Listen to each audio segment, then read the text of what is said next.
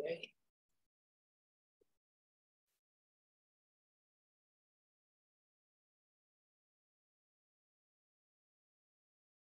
Okay. Wow. So welcome everybody to the Wisdom of the Pathwork lectures, and we're reading actually all the way back to Pathwork Guide Lecture number 2, which was originally offered on March 25th, 1957. So this goes back a good ways. And, if you can imagine, people at that time sitting around listening to a medium talking about these things, I think it's kind of an interesting image to think about. And certainly, where people were at in general around self-awareness and conscious understanding, as well as just in general sort of spiritual or spiritist kinds of ideas. It's, very, very new. So this lecture is called Decisions and Tests. So, greetings in the name of God. I bring you God's blessings. My dear friends, God's love penetrates the entire creation. It is a living force, a beam that meets itself in an eternal round, as everything spiritual must move in circular completeness. All creatures are in search of this powerful beam of love, whether consciously or unconsciously. The longing to feel this love drives, pulls, spurs humans and spirits. They will have an understanding of the yearning according to their state of development, will draw conclusions and follow through with their will and their thoughts.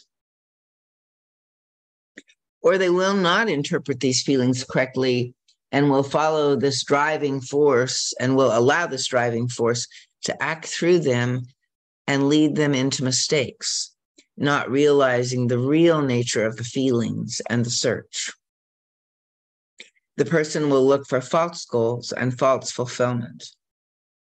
So I think, it's like, it's, I think, pretty clear in a lot of ways that we all have some, longing or some sense of a call to, life. And some of that seems, for some people, to find a spiritual direction.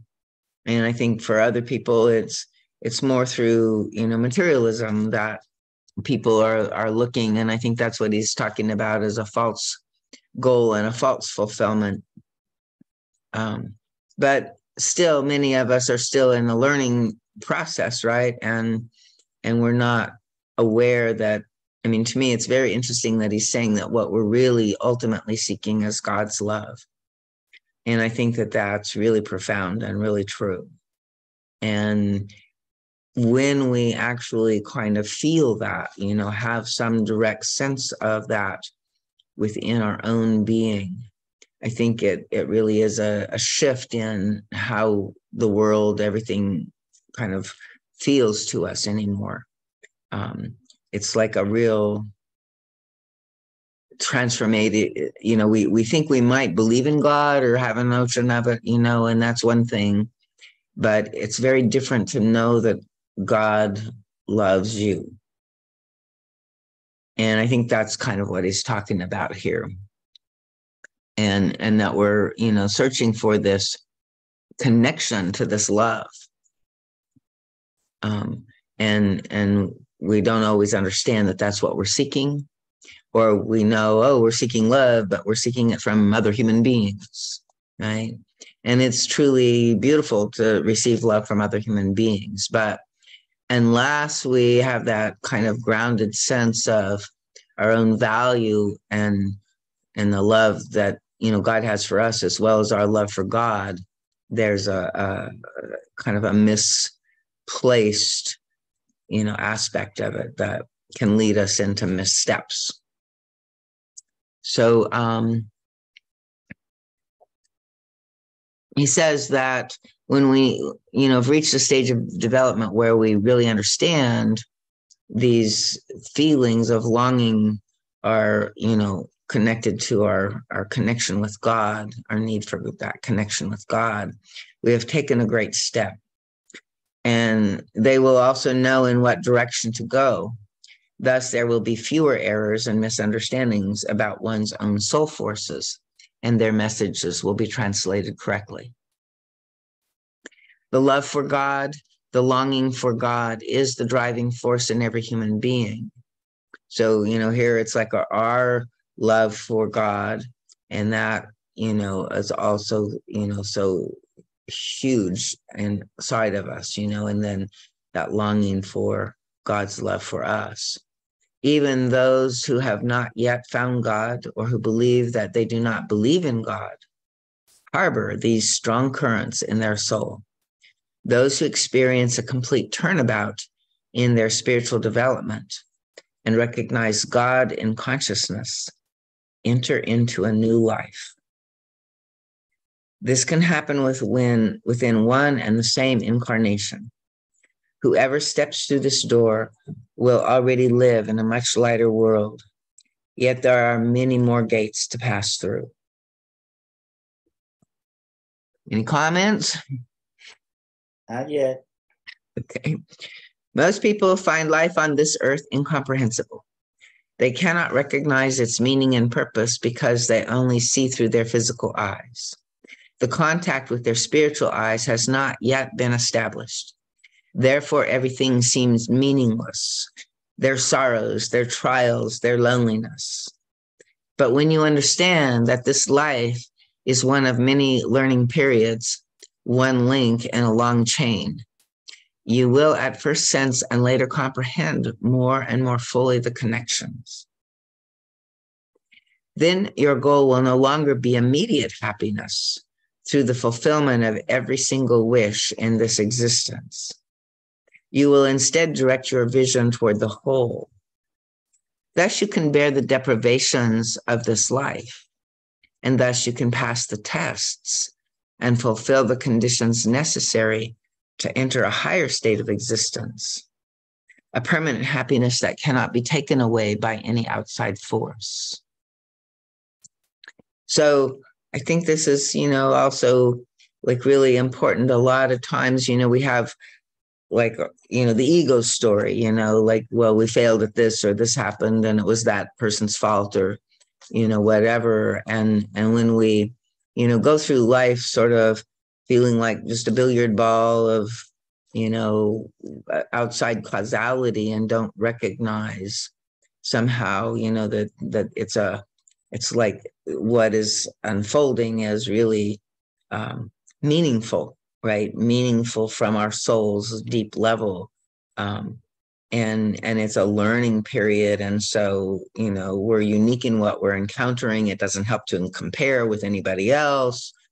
And it's designed sort of just for our curricula. And it's only a small course in a much greater curricula of lifetimes that we're undertaking. And so, when we can kind of relax into that larger picture, and then also, begin to look at the events in our lives that befall us, and, we begin to make these connections and comprehend the meanings behind them. And, I always know what my work is or where life is kind of got me on my cutting edge of, development, because it just keeps kind of putting my face up into it. It's like, and it'll just keep recycling and sometimes for a long time, but it's still, just sort of trying to penetrate in this certain, way, like this lesson, this understanding, this deeper teaching, this realization that I'm reacting out of defense, and it's not so easy to just transform and no longer, have our PTSD defenses around, so it's again not something that we just, click our fingers and everything, is understood. But when we have this larger story that sort of sees the beauty of the soul and this whole journey, and realizes, like God, that, no, we're here doing the best we can. And it's just a big job, and it takes a lot. And that there's no shame, there's no blame, there's no fault, there's no failure, really. It's, like we just have to keep repeating the tests until we pass them, right? It's not like we're judged for that, because it's expected that those tests, they're right where we're really stuck in our own transformational process. And so we often have to encounter them over and over again. And like oftentimes, whatever, stage of life we're in, or what we're going through along that, and what that brings up in us, right, is also, very much about, what we came here to work with and to learn. And again, like you said, how to have this permanent happiness that really resides from, a capacity within our humanness, right, to be fully embodied and awake. But that's a very high order of consciousness. And so we have to be humble and just realize that, the lessons are necessary. It's all good, and we'll just keep repeating until we arrive. Sometimes I feel like I'm stuck because I'm stuck on one particular behavioral pattern, where I might be actually making a lot of progress in another area, but I feel like I'm stuck because I'm stuck on one thing, and it's hard for me to consider that I'm making progress and being stuck at the same time. You know what I mean? Yeah. Yeah. And I think, some of it is, like, because we're kind of like, it's up in our face, right? Like it keeps kind of being recreated or whatever. It's easy to kind of get in that place of frustration with it, right? Like somehow, it's usually the consequences are not really what we want or whatever. And so then we have that self-judgment come in, right? Exactly. Yeah. And that's where I think the problem really lies. I think for anything to change, it has to be forgiven. For anything to change, it has to be allowed, accepted, embraced, and understood, right? So if we're still judging it, it means we don't really understand it well enough. And to, like when it recircles or recycles itself, to see if you can dive deeper into, like, who is this energy? What is this energy? What is this, consciousness that is getting engaged? And some part of you is seeing it as stuck, but it's talking to you. It's trying to communicate something that you haven't seen yet. And it can't go away until we see it. And so when we feel stuck, it just means we have to penetrate and be more curious instead of judgmental, and listen to, what this part that seems intractable is really trying to tell us.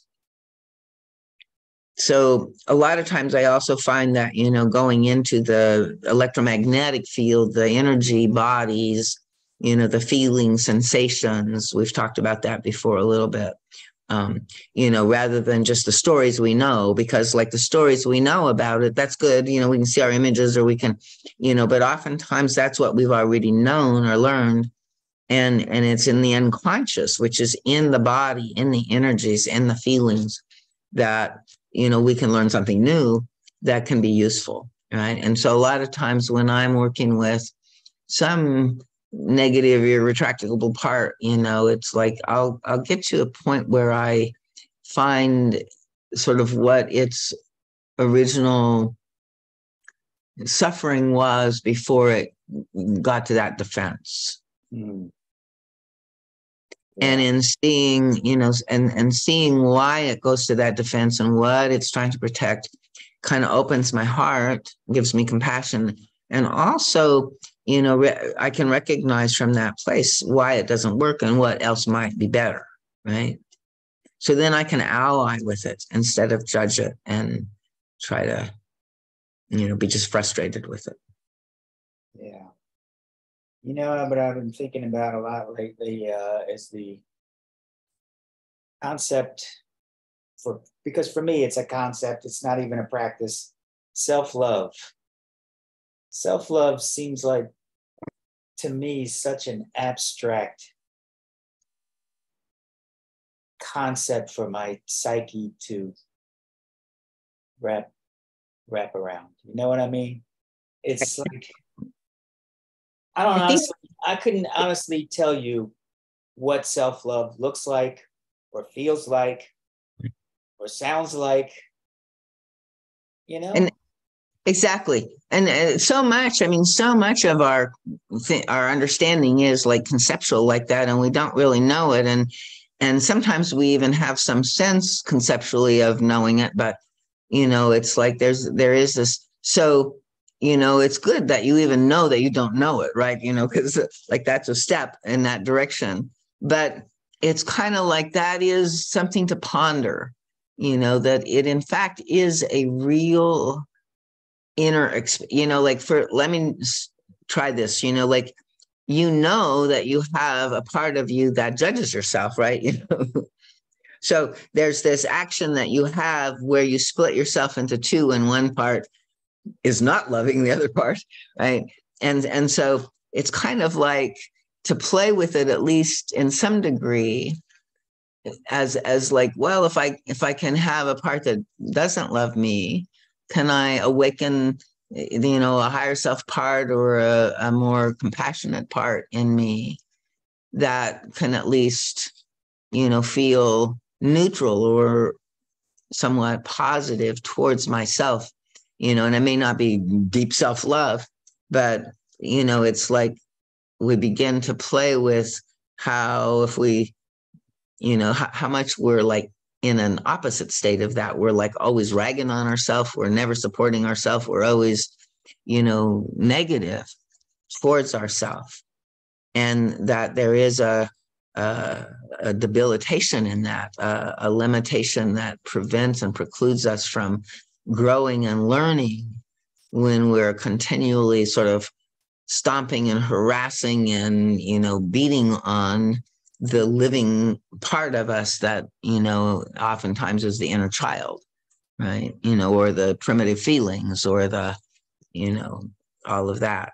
So it is to kind of imagine, maybe at one level, I don't know if this will help, that it is actually that some part of you loves the rest of you.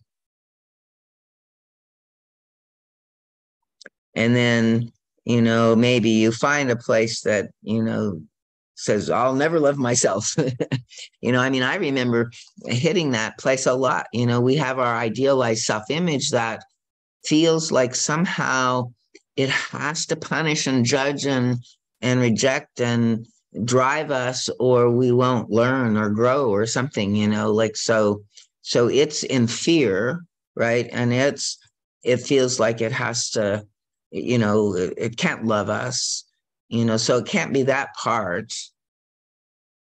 But maybe there's another part that sees all of the parts of us,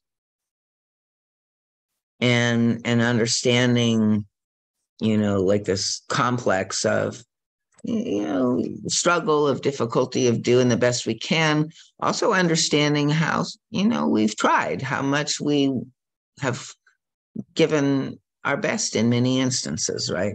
And it's the best that we know. It may be that our mind could say, well, you could have gone a lot further, but that's not how God thinks, right? It's like it's to recognize that every piece of work that we do, if it's done fully and deeply, it's like transforming worlds inside of us. And so it's not a snap the fingers thing. And just every little movement that we make, every time we may recreate it and like even in hindsight, oh, there I was again, and then looking more deeply to see what happened, bringing more consciousness to it. That is, even though you'll do it again in 10 minutes, just having that, bringing it to the light, examining it one more time, it moves it. And these things are, like I said, sort of based on almost, I don't know what you would say, like neurological programming. It's like a lot of it is very deep in our system, fight, flight, trauma stuff. And so, again, working with trauma, we need to have compassion and gentleness and, relaxation and trust. And if we don't feel trust in our relationship with ourselves, if we're not good to ourselves, then it's hard to let the trauma get healed because there's nobody to hold the trauma. And we're the ones that have to do that. So I don't know if any of that helps or makes sense, but you're right in it's like an important question and study, right? How can I love myself? What does that really mean? Yeah. What does it feel like? What does it look like? Yeah, exactly. And I think that more than the word love, it's a compassionate sort of exercise. It's like having some compassion for this imperfect being that you are. Excellent. Yes. Instead of holding yourself up to some expectation of perfection, which you will honestly never achieve. Exactly. And so that's a real key. Like a part of it is that we have to let go of the pride of the ISI and come into the humility of being a human being that, is, and then we can open the compassion and the humility is kind of what opens that door for it. Yeah.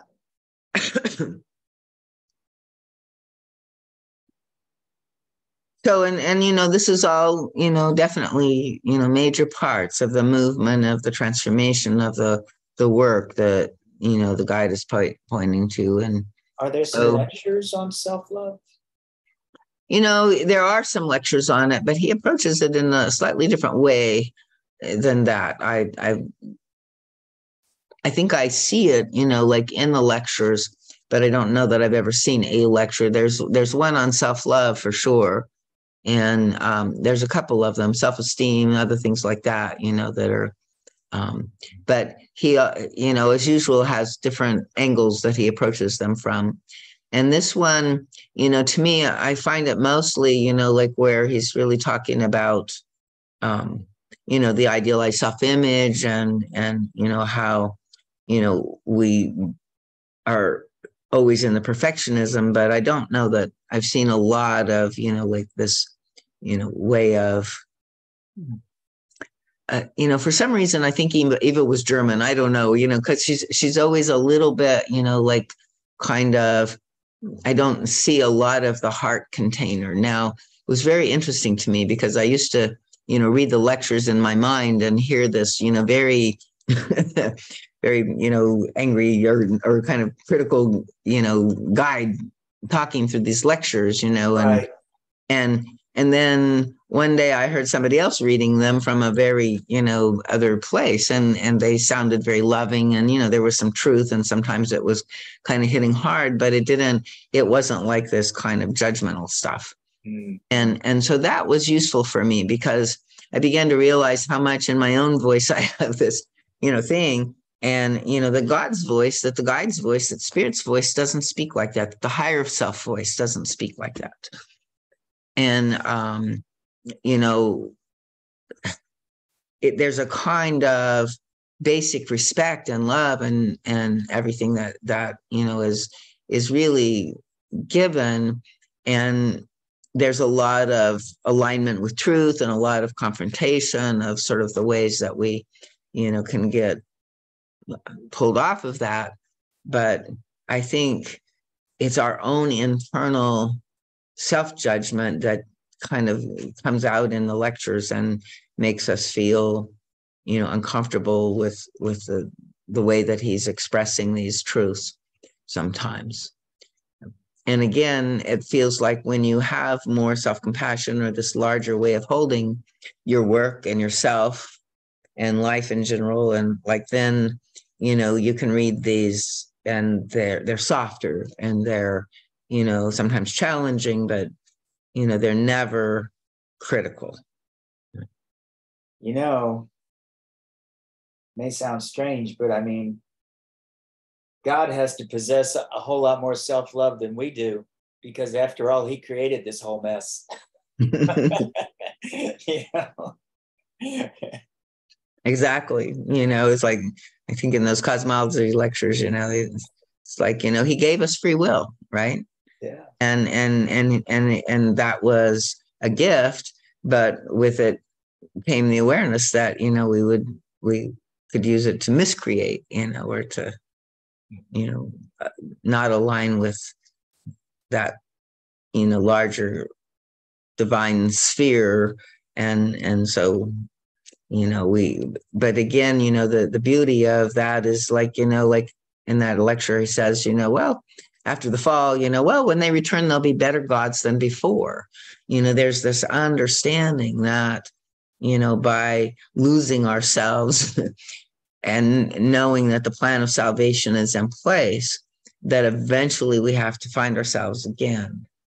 And that when we do, having gone through the valley of the shadow, so to speak, we will have, something that even the angels that never fell have, some deeper compassion, some, greater understanding of, reality, the world, that kind of thing. So I think that, we can. Have you ever experienced any past life? What is it called? Regression? Is it past life regression, or is that the term for it? Yeah. I think that, most people use that one.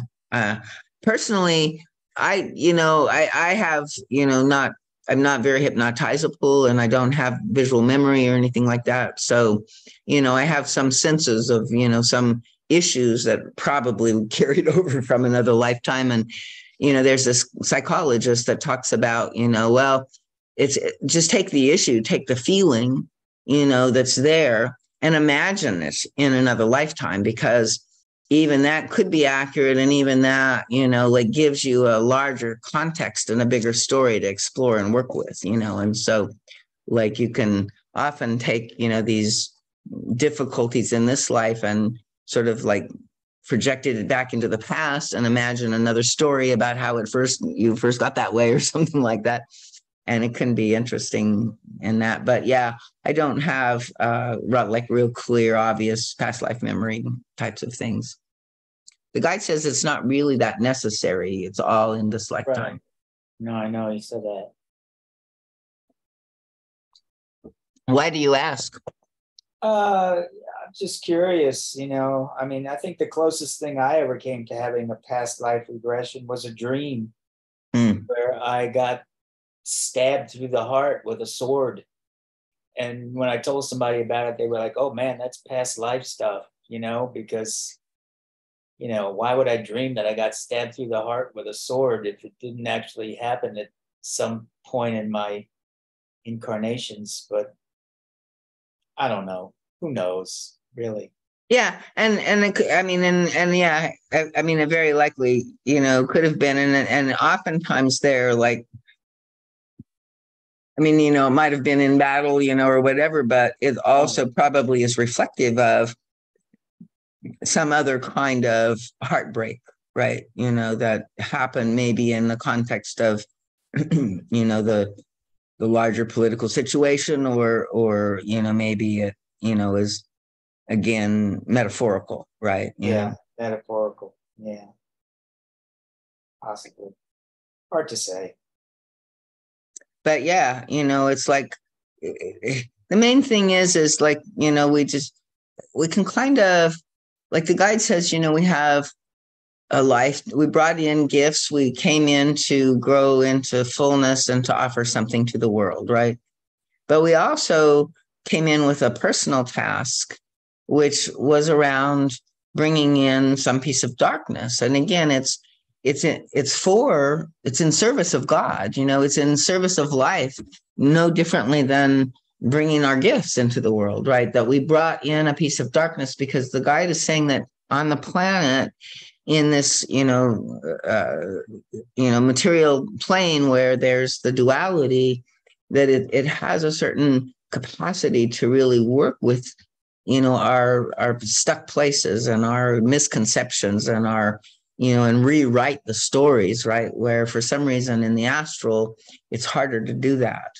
And so when we kind of forget our history and come into this new realm and have these issues that are right there in front of us and get triggered by our chosen life, parental situation, life, all of that, but it activates the different pieces of soul material that we're trying to heal and transform, that we brought in, that didn't complete itself maybe in another time. And the guy even has one lecture where he says it doesn't even have to be your stuff. He says there's just lots of pieces, little flecks of darkness out in the universe, and because God wants everything to be light, we just it's like you take a fleck of darkness and you incarnate with it, and you take just enough light to make it a kind of 50-50, right? And then you're forced to confront and transform that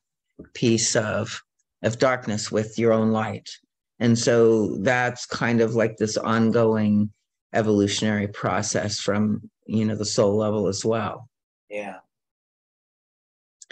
And so even and he says it sometimes takes many lifetimes to even in this more powerful plane to transform something. So he does say that sometimes we're lazy about that, and there are these, forces that pull us away, that distract us, that, make it hard for us to stay focused in this. But, and sometimes we may even go backwards, but it's always, ultimately that it just is what we will bring in again at some point until it's done. And then maybe there is this kind of grace, that happens, like a lot of times we think we have to correct or fix or transform, right? And maybe all we have to do is forgive it. Right. And in the forgiving of it, maybe that dissolves it more effectively, and transforms it out of this plane.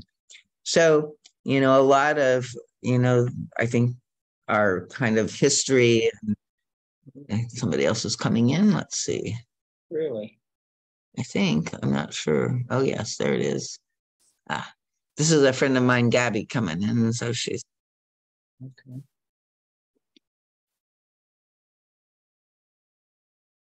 Hey, welcome, Gabby. We're just reading down through this lecture and discussing that as we go. We kind of got off into a discussion here, so we'll head back to the lecture here in a second. But this is like lecture number 2 of the Pathwork lectures, and he's talking about how in incarnation, we have this process of development that we're undergoing. And so he's talking about in the beginning how, like God's love and our love for God is really what we're seeking, but we kind of don't always understand that and get diverted. And then, there's often sort of tests and, free will processes that we have to go through, to sort of fulfill and learn and grow and develop in each lifetime. And so he says, now I would like to talk about the group of people who have passed through the first gates, who have already recognized these fundamental truths. Such people often do not progress as well as they could. After all, how fast each individual will proceed is up to his or her free will. One person may drift along and have to reincarnate many times to overcome or fulfill one thing, experiencing it again and again. And others who have recognized these basic truths will act differently and direct their aim towards spiritual progress, which does not mean withdrawing from earthly problems. On the contrary, for earthly and spiritual problems are very closely connected. An earthly problem is actually the expression of a specific spiritual problem. The difference is only in how the solution of a problem is sought, from what vantage point. Only if you solve the problem on the spiritual level can you find its true earthly solution. We often see that people know this or that, but they still do not perceive the connecting links within themselves. They still look for God and for knowledge somewhere outside of themselves. For instance, through increasing their outer knowledge, which in itself is good, but not enough. You know, and I keep working with this too, in the sense of just even unconscious conceptually, right? You know, like when I think of seeking, I'm always seeking outside, and I forget, you know, oh, there's this huge heart, the space of internal, you know, inner realms, right? You know, they say really the astral is inside of us. It's not outside of us, right? And where our source and our connection with God is inside of us, in our heart, in the you know, deep listening and soul whispering, and the communion with, you know, this inner space is within us. And so say they still look for God and for knowledge somewhere outside of themselves. Then the acquired knowledge must always be applied on a personal level. So again, it's not just conceptual knowledge that we're looking for.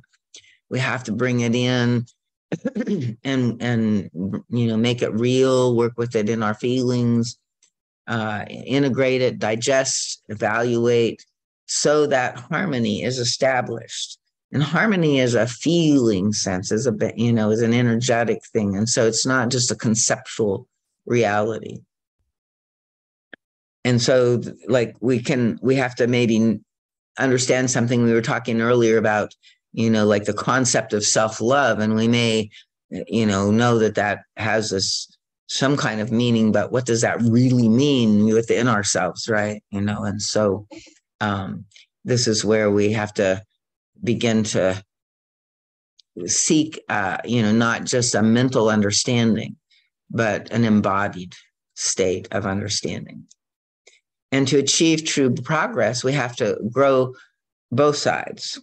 New outer knowledge has to be acquired when the old has been integrated and assimilated within, you know, and it's interesting how, you know, new frames of reference and new things that are coming out of, you know, neuroscience and genetics, you know, all of those kinds of things. And it's being assimilated into, you know, a lot of different understandings of our, you know, journey on a spiritual and psychological level. So, you know, that's all good, but it can't remain theoretical. It must be put into practice and take root in your personal life. Thus, every person needs to widen his or her knowledge of the true nature of creation and of the spiritual laws. But the outer knowing is only one part, which must not be taken as the whole. Without the other part, the inner assimilation, there can be no harmony in your progress, no real fulfillment, and thus actually no progress.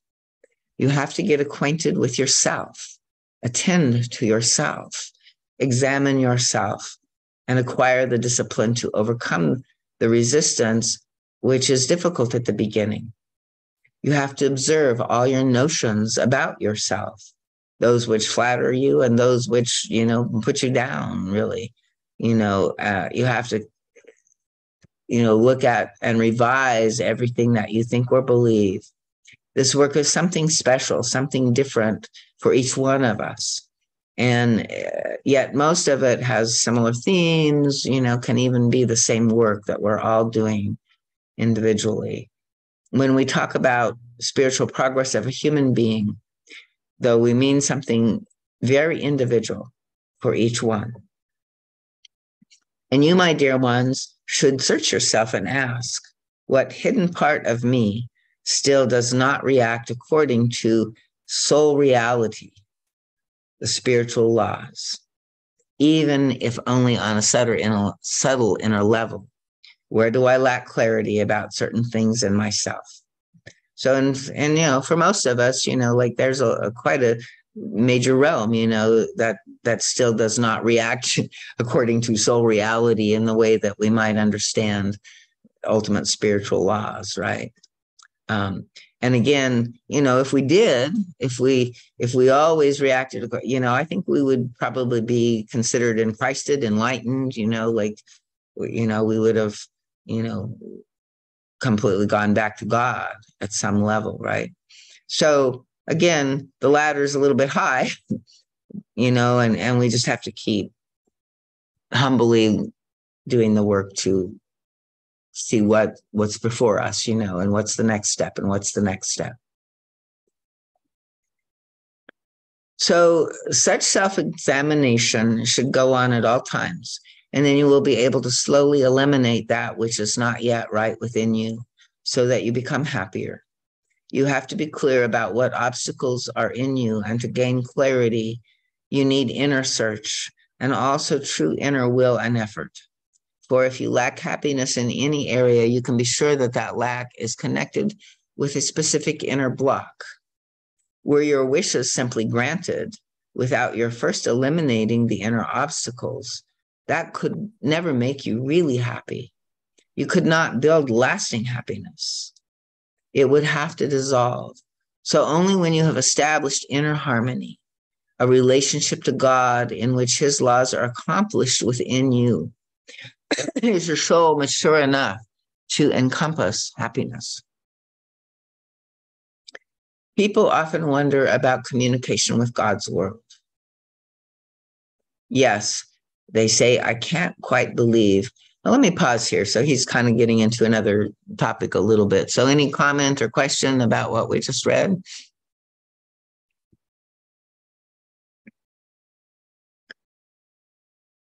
So he's going on now, like, again, this is back in 1957, right? That this was originally delivered. And so you can see all of these little Jewish housewives sitting around,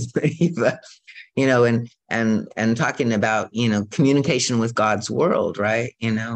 So, obviously people that were drawn to her back then had, some calling and awareness, but the world, very much did not, there was a kind of very rational level of sort of the cutting edge of consciousness was more at the rational level. And so there were a lot of more Protestant kinds of religions, I think, and people's, again, kind of intellectual ideas and theorizing about all of this. And so, to talk about, something we would even think now is a little, it's like to communicate with God, like that's like the Pentecostals, or something like that, speaking in tongues, or, so this is something that the guide is saying, that this is something that we need to be able to do, and that it's really possible. And of course, now in these days, I think we much more are familiar with this idea of having our inner guides, our channel, our inner intuition, and that kind of thing, how our life is reflecting and mirroring back to us, so that we're, in a sense, listening and communicating with God in many different ways. But he's saying, in back in 1957, that they would, not really believe that such communication is possible. And even if it was, what good does it do for me? And so my answer is that such communication can give you one of the parts necessary for your further development, namely intake from the outside. So, we really need help from outside of us. uh, from wiser individuals, and sometimes they're in human form and sometimes they're not, right? But gives us hints, help, and direction for searching, discovering, and applying the outer knowledge to the inner problems, which is also kind of what Pathwork Helper can do as well. This is the second necessary part of development. For this part, you need constant encouragement. So like this is also, strength, blessing, when we're going through the hardships and we don't understand why we're in squeezes and passages, to realize that, there are lots of, beings, our guardian angels, our guides, they're praying for us. They really are helping us and trying to uplift us. And if we can kind of tune in and know, like, again, our own judgment is our worst damnation that we give, right? And that's what takes us out of the light more than anything. And so when we can, even when we're struggling, instead of go to our own self-judgment and our own damnation, that we can, reach and realize, like we have every right to help, and it's okay, that we're struggling and we shouldn't feel ashamed of that. We can, in those times especially, reach out and ask, seek, pray for it.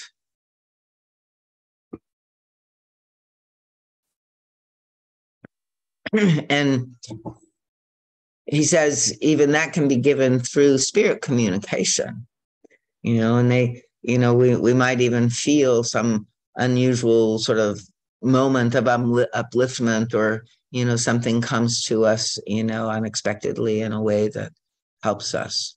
So he says there have also always been exceptional wise human beings to whom others could be guided. And in these cases too, just as with a medium, God's world is directly active. The particular person is then an instrument of God's world. In one case, the influence is through inspiration. In the other, it operates directly. But the help from outside, in whatever way, is an important element, without which you cannot grow. You can use the knowledge thus acquired as material, as the building blocks with which you build your life in your own way. In my last lecture, I briefly touched upon the subject of decision-making. I was asked how it is possible to always know what the right action is. It is one of the things that you have to learn, even though it appears difficult at times. Many people can make decisions on the outer level, though some cannot do that. A great number of people cannot make the inner decisions, however. Their emotional currents and inner emotional reactions make them incapable of deciding inwardly, and they do not even know it since the process is covered up. So I don't know, if exactly what he's saying here, but I think in a way what I'm relating to is like a lot of times I can make an inner choice, maybe not to have a reaction, but that inner choice does not really have the depth of a firm decision or something, because, if I get triggered, the emotional reaction takes over completely. And it kind of belies any other, prior decision that I was trying to make, right? To not do that. But I don't know that that's really, again, it's often sort of a hardwired PTSD kind of trauma situation that creates that kind of inner reaction. So, while we have to keep working to bring that to a point where we can make inner choice, where we can, even in the midst of getting triggered, recognize it and shift. And that's something that, for me is definitely not possible. I usually shift afterwards and recognize it. But in the moment, of being triggered, I'm usually just kind of in it, writing it. I'm no longer identified completely with it. Like there's a part of my consciousness that realizes, I'm triggered and acting out, but, to actually contain that energy in that moment, is not. And then, still working with how do I take that and develop it into this capacity to make an inner decision.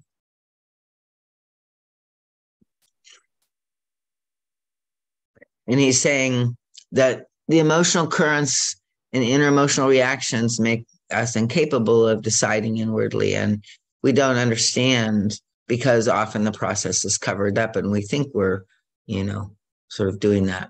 Only when they start weighing their innermost motives and emotions do they come to realize what has been going on.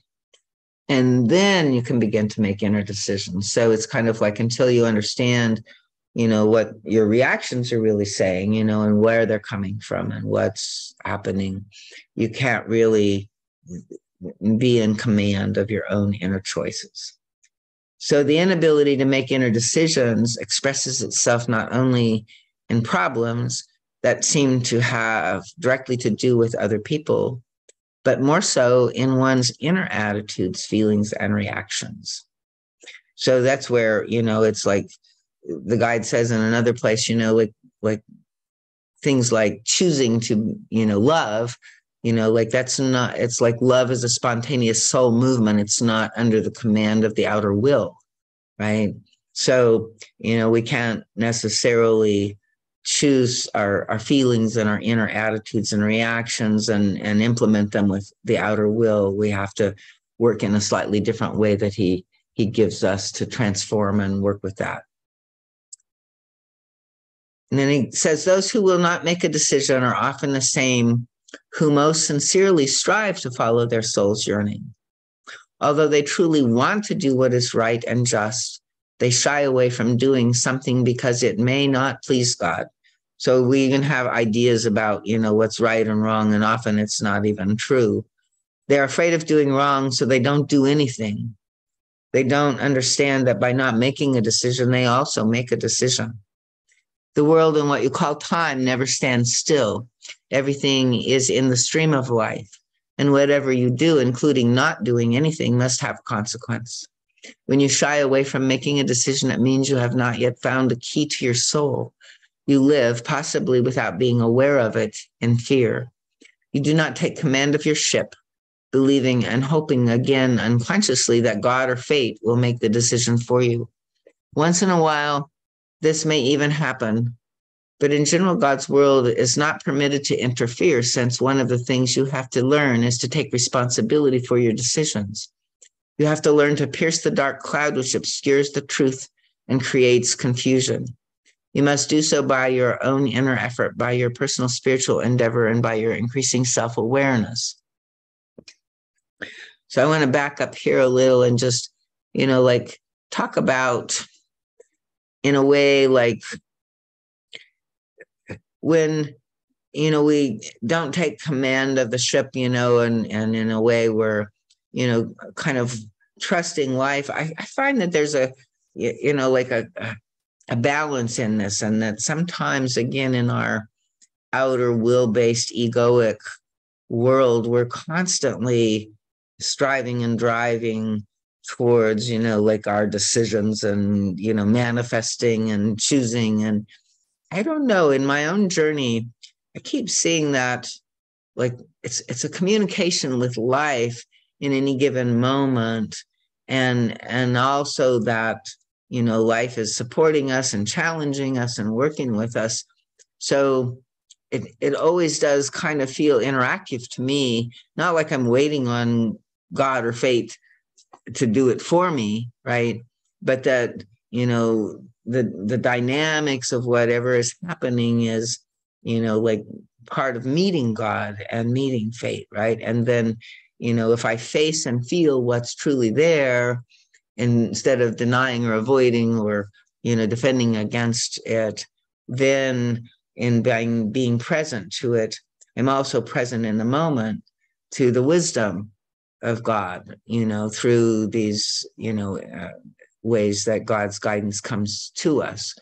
And so we're still working with our own inner forces, but we can be guided in this way that's really helpful. So I think a lot of times it's okay to be more receptive, passive, like the guide talks about the active and the passive forces. And so, like, I think in our culture, in a way, we're overactive and we're always thinking, no, we should be doing something. And I think it's a study. Always it's a study, but it's also like sometimes the best thing to do is sort of waiting. I know there's this process of the hero's journey, right? Which is the, creating your reality and manifesting and, bringing your dream, bringing back your boon for your people or whatever. But there's also the feminine journey, right? That is often something where you're spending a lot of time waiting. I don't know if people are familiar with that. But there is a really nice reading that maybe I can explore at the end of this, and shift the share to read that, look at the feminine's journey. But I think there is something very profound sometimes in the slog that life can be as we're just waiting and, kind of deepening in that process into, understanding ourselves and the forces that, are working within us. So that also, though, is saying that through our own conscious effort, we're still increasing our self-awareness. So striving to overcome your resistance is the only way to sharpen your spiritual vision. And I think this is always really useful. Like where we know that we have resistance is kind of like where we should go explore and be curious, right? Not just try to break through the resistance or be mad because we shouldn't be resisting, but realize, like it's penetrating that resistance. And what does that resistance, I put it there for a reason, right? And how can I do an end run around it or dissolve it or, find my yes instead of my no is part of this journey that we're working with. And usually the cutting edge is right there, like where, some intuition says to go in this direction, but then we feel our fear, our laziness, our, unhappiness about it, or some kind of inner resistance that comes up. And to try to push through that in that direction, it's not going to be so effective as to go in and look and kind of unravel what is this resistance and how can I, move that out of the way so I can have a free and clear way to go forward. And in this way, you can perceive what exists in your own soul as well as around you. You must learn to evaluate even very complicated situations and understand what is at stake, both for you and for others. You must learn to achieve the utmost for your spiritual development and purification through solving hitherto unresolved problems. You need to confront a problem instead of avoiding it like an ostrich that buries its head in the sand. If after taking on the problem, you come to the conclusion that you are not yet capable of making a decision because you are not yet able to perceive which direction to take, you are in a totally different state. So this is, I think, that other place that I was talking about. Then you can ask God for inspiration and knowledge and thus be ready to receive it and act accordingly. Sometimes it's like, okay, there's something still that I don't understand, so I have to wait. I'm not ready to, make that decision, but it's not kind of out of avoidance or resistance, but out of, needing new clarity, more understanding. So the needed recognition will come to you when you have prepared yourself through your own endeavors. It is one thing to avoid a decision, cover up everything that relates to it, and turn away from the problem altogether. It is quite another to strive for truth and knowingly and willingly decide not to make a decision until, after more personal effort, you are ready to take the right course. And when the decision is truly the right one, no shadow of a doubt will be left in you. The result will be ever-increasing inner peace and harmony in your soul. Only in this way can you become the captain of your ship.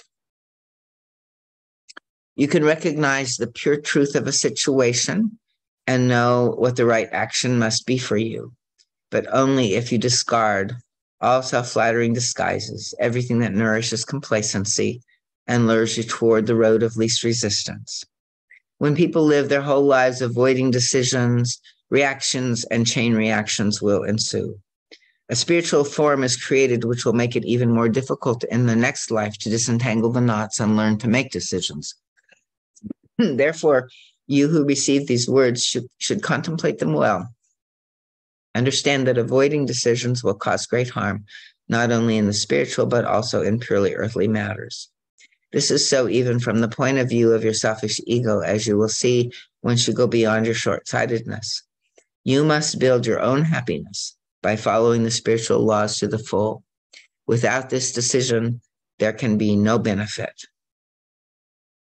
And so, in some sense, the main decision is just, the yes, the willingness to do our best to examine and try to understand our life in relationship to this larger spiritual laws and the true principles on which to build the foundation and the true ways of, listening and being, navigating through the conflicts and all of the situations, the landscapes, the inner landscapes that he's always talking about.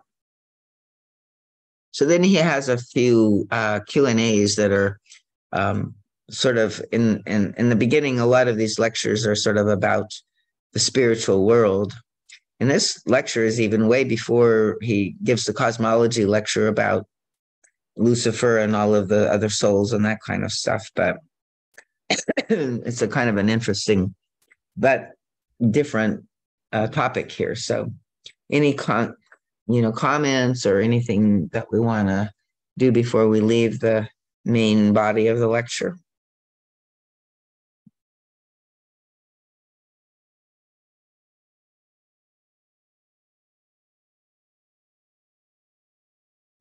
So the question, the souls in the lower spheres are supposed to suffer much pain.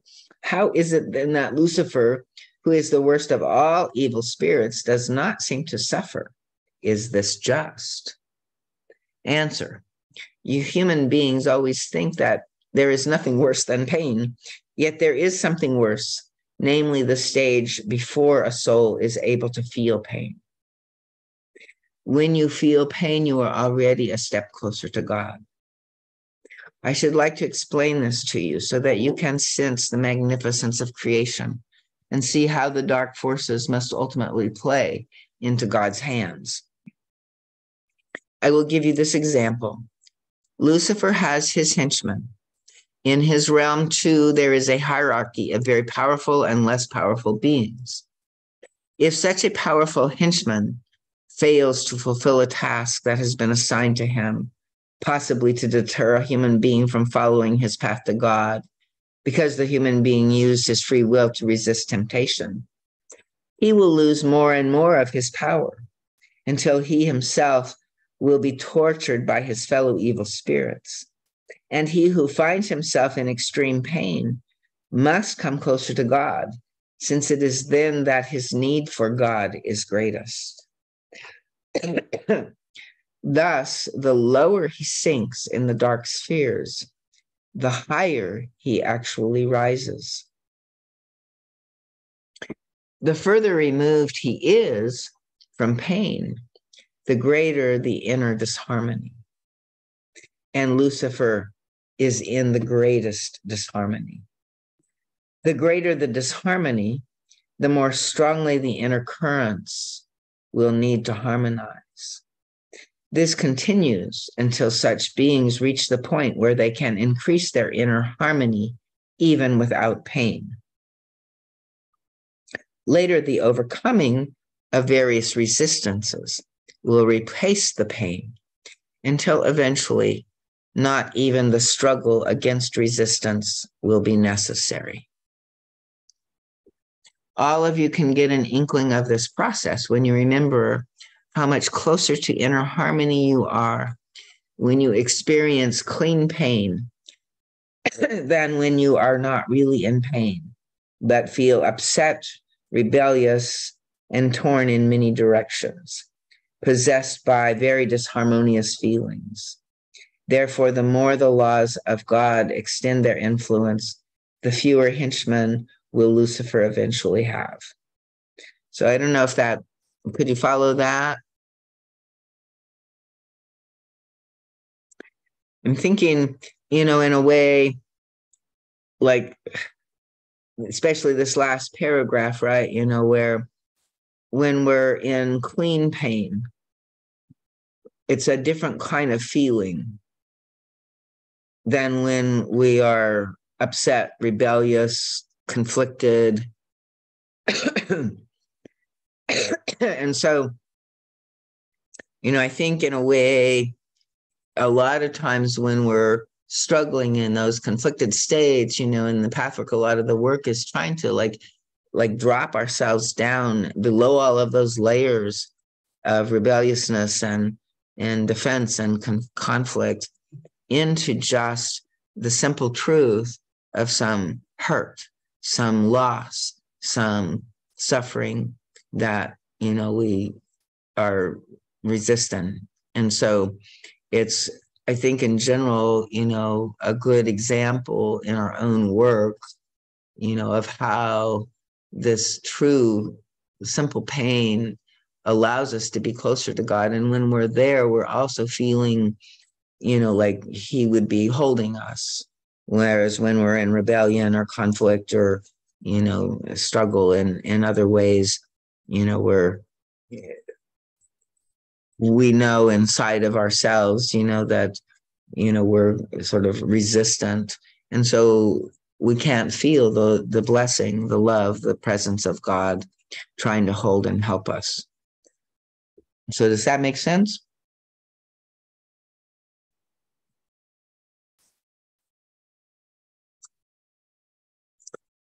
It makes, So question. makes Go sense. ahead. Yeah. Go ahead, Frank. It makes some sense. Yeah. Okay. So question, why is it that one feels abandoned by God, that one finds oneself without assistance from the higher spheres just when one goes through the most difficult times? Answer, this is often so. When you are tested at first, you learn how to attain your goal with the help of spiritual protection. And then this protective influence will step somewhat aside, and you are left to yourself at an equal distance, so to speak, from the divine and the dark forces. And you have to stand your ground alone and act right out of your own will. And then when you have withstood the test, the dark forces will be periodically allowed to get quite close to you, though divine love is always close by, watching that everything goes well, so that you can stand your ground even better. And only then are you strong enough so that God can fully count on you. Only then can you be sure that you have attained mastery over your lower self, over your weaknesses that needed exactly this kind of testing. This is the process. Then in the so-called favorable periods, you gather new strength for the next period of testing and can enjoy the fruits of what you have already achieved. It is up to every human being to avail themselves of the weapons of spiritual law and fight with them. No evil spirit, be it the most powerful, can do anything to you unless you allow it. The moment you fight your lower self, you protect yourself completely. This is what you must do. Fight the battle. This is not too much to ask of you. Sometimes when we talk about, temptations or, evil, deliver us from all evil, it's like, I think a lot of that is our own thought forms, right? And our own inner voices. So, the battle, in a way, we think of, fighting against other people, but it's always like our internal cast of characters that are, we're working to. And again, I think the battle is ultimately a battle of love. It's a battle of choice, of free will, of recognition, right? And realizing and making that choice. But it's a battle of love and a battle of forgiveness one of the hymns says, that the sword that cuts the best is the sword of forgiveness. So it's not too much to ask. Times when human beings feel alone come only when they are ready to use their will to stand up for themselves without help. Your inner will is always a most important factor, but never will more be expected of you than you are able to accomplish. So see if you can take that in too. In another place, he says something like, we have our guardian angels to protect us from anything that might befall us that was not part of the plan, or anything that could be more than what we could bear. So whatever tests, whatever situations that we're offered, and sometimes it's hard to believe that, I can't stand this, is the feeling. And we, are really challenged by it. But he's saying, if we can remember, that in terms of God's understanding, we are at a place where we are capable. And with God's help, we can do it. So, next question. There are many people who suffer so much that they cannot summon up the strength. For instance, someone who has a disease of which he knows he must die. What should such a person do? It is exactly then that one often experiences that one meets the tests, more so than just living an average life. Those who are marked especially heavily by destiny are often much more capable of meeting their tests by accepting them for what they are and learning from them what is necessary, and by taking up their cross willingly instead of quarreling with their destiny. I have to emphasize again and again that God never gives anyone more than they can or could bear and fulfill if only they are willing. You human beings are not able to judge the inner resources of others and what they do with these resources, whether they let them lie fallow or direct them into the wrong channel. Moreover, you always cling to the false belief that death and pain are the worst things that can happen to you. I refer here to physical death, which must certainly not be considered as punishment. Spiritual death is the worst, and it stands at the end of the road of least resistance. What is spiritual death? Spiritual death is to give yourself over to the forces of darkness, consciously or unconsciously. That is to cut yourself off from God's world. Thus, there are not only spirits who are separated from God, but also people. They will not join his ranks because they prefer to walk the road of least resistance and to give in to their weaknesses. Thus, they belong to the land of the dead. This is spiritual death, but in no way is this state eternal. And this was apparently originally given in German, and then it was translated.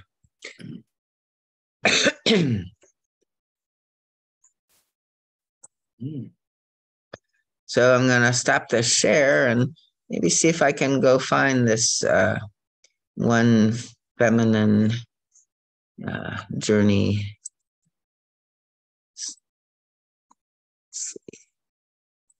Any questions? Any comments?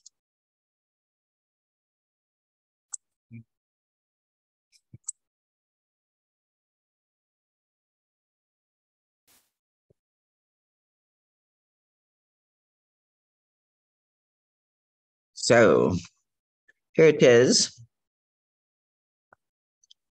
Let me share screen again. So this just came to mind while we were reading this, and I don't know, again, it's like the guide is big on the active, and I think there is this inner also choice that is beyond. It's like it's an active, but it's a very internal kind of process of just free will and choosing whether we can effectuate what we choose or not, right? It's like I can say I choose love, and clearly I'm not always able to maintain the state of love, but still in my being I choose love, right? And so I don't always believe that, when we make these inner choices, that we can always live them fully at any given moment, but that still those choices are important and that we strive to effectuate them and bring them into reality. So this is from Midwives of the Soul, Facebook thing, and it's I think the person that wrote it is at the end, so we'll see in the end. But it's called The Feminine Journey versus the Hero's Journey. The hero's journey can often be described as the masculine path of transformation. It is a call to adventure, a slaying of dragons, a battle between good and evil. It is ultimately a quest to be reunited with the lost feminine within us, for men and women alike. The feminine journey looks quite different. The yin aspect of the path is not a call to adventure. It is a call to surrender, a call to quiet and stillness, receptivity and patience. That's the hard part for me. While the masculine braves a treacherous world, the feminine weaves herself a cocoon. Where the masculine seeks to achieve a goal, the feminine waits in uncertainty. She waits in darkness, not knowing, not doing, just being and enduring suffering that is sometimes so great and never ending, it seems unendurable. But it is here, in this cocoon, that the feminine will ultimately be reunited with the lost masculine. To be clear, the feminine is not doing nothing in her not doing, nor is she a victim of her suffering. There is much going on, but it is invisible to the eye. She is active in her passivity, strong in her surrender, and she must strike the miraculous balance of being with her suffering without seeking to control the outcome and also without completely giving up. She is pinned to a cross in which there is no solution.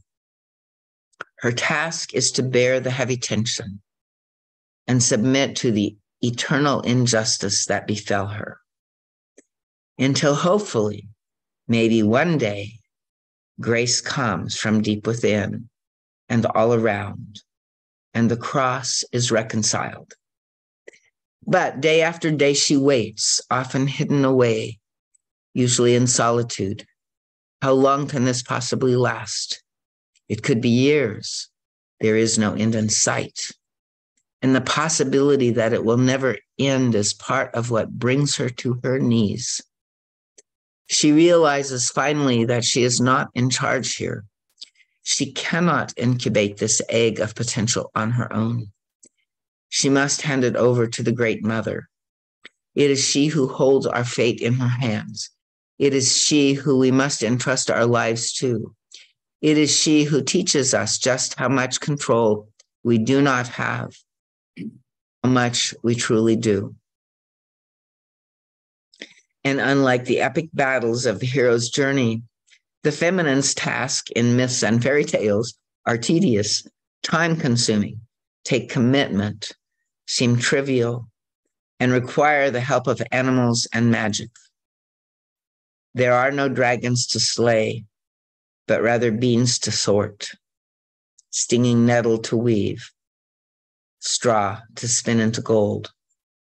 She is not sure anything will come of all of this, but neither is she sure nothing will. She only knows she doesn't know, and she must do her part. She must keep following the breadcrumbs on the inner path of her psyche. This slow, unexciting path goes against almost every aspect of our culture. The hero's journey, while treacherous and not for the faint of heart, is worshipped as the myth of our time. This is not the case for the feminine's way. It does not make for the million-dollar blockbusters and best-selling novels. It opposes our busy and fast-paced society. And to the immature masculine, both in the culture and in the person themselves, it can appear as if the one on the feminine journey is doing nothing and wasting her time. These voices will constantly exclaim, you need to do more. You need to solve this now. You must stop feeling that. Nothing is happening. You're being lazy. Hurry up. But if we listen to these voices, we will either refuse the call or find ourselves stuck along the way, unable to surrender, unable to move forward. Our suffering then will grow exponentially, and our bodies will protest, and our lives may become impossible or may be barren. Or if we have begun the journey already but wish to rush to the end, we could break the incubating egg and kill the potential.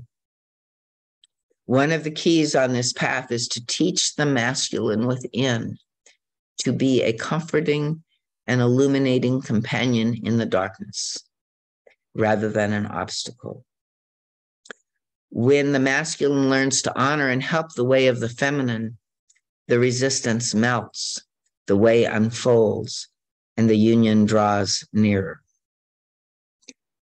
And then one day, a day we never knew would come, the cocoon begins to hatch, just enough to feel a ray of sunlight on our face, just enough to breathe in the fresh air and hear the new life calling. While the hero's journey ends in surrender, like yin springing from yang, and finding the passive in the active, the feminine's journey ends in action. Yang springs from yin, the active from the passive. And as the cocoon opens, so too does the world. While returning may not be easy and our life still not perfectly sorted, we will make our way with the strength of the matured masculine by our side and the feminine herself transformed. So this is also, what we were talking about earlier, Frank, on the self-love, right? It's like, in a way, it's like it's that inner masculine voice that is sort of also could be in the guides, recognized sometimes as the idealized self-image, the pressure, the compulsion, the do, the action, the perfection, and that kind of thing. And it can, like it says here, kind of mess up the process when it's not supporting this deeper feminine process. And it's judging and frustrated and, beating on the soul that's trying to, develop and come out of this cocoon. So anyway, hopefully that added something, I think, to, this whole discussion for tonight. Any comments there? No comments. No comments. But thanks for reading that. Did you connect to it? Did it relate at all? I could see, it's interesting. I know somebody who kind of was the living example of that feminine journey. It was like the person you wanted to keep nudging and nudging, because you felt like she was just stuck, stalemated, not going anywhere. But I could see that maybe she was just in that feminine place of, waiting. And it can be, and people can still be stuck, and you can be stuck in your waiting, right? Or you can just be stuck. So there. She would burst out of these spaces into some kind of an action, oftentimes an irrational action, or just some action that was like self-harming or something like that, and it was almost like you could tell that she was like, okay, I'm tired of waiting. Right. Yeah. And I mean, I remember years really where this process was undergoing. And I think it really is a part of the spiritualizing process. And I think a lot of times, like even you, Frank, feeling sometimes what you were talking about, stuck and not, certain ways that this is a better frame of reference for that, right? And if you can hold it in that way, instead of just being frustrated with it, you might actually deepen. And I love that part where it says, I think I read it, where, spinning straw in the gold and all of that. And basically you need to have, the help of magic and, little animals, like to do all of that, right? It's not, the tasks are just not humanly possible, right?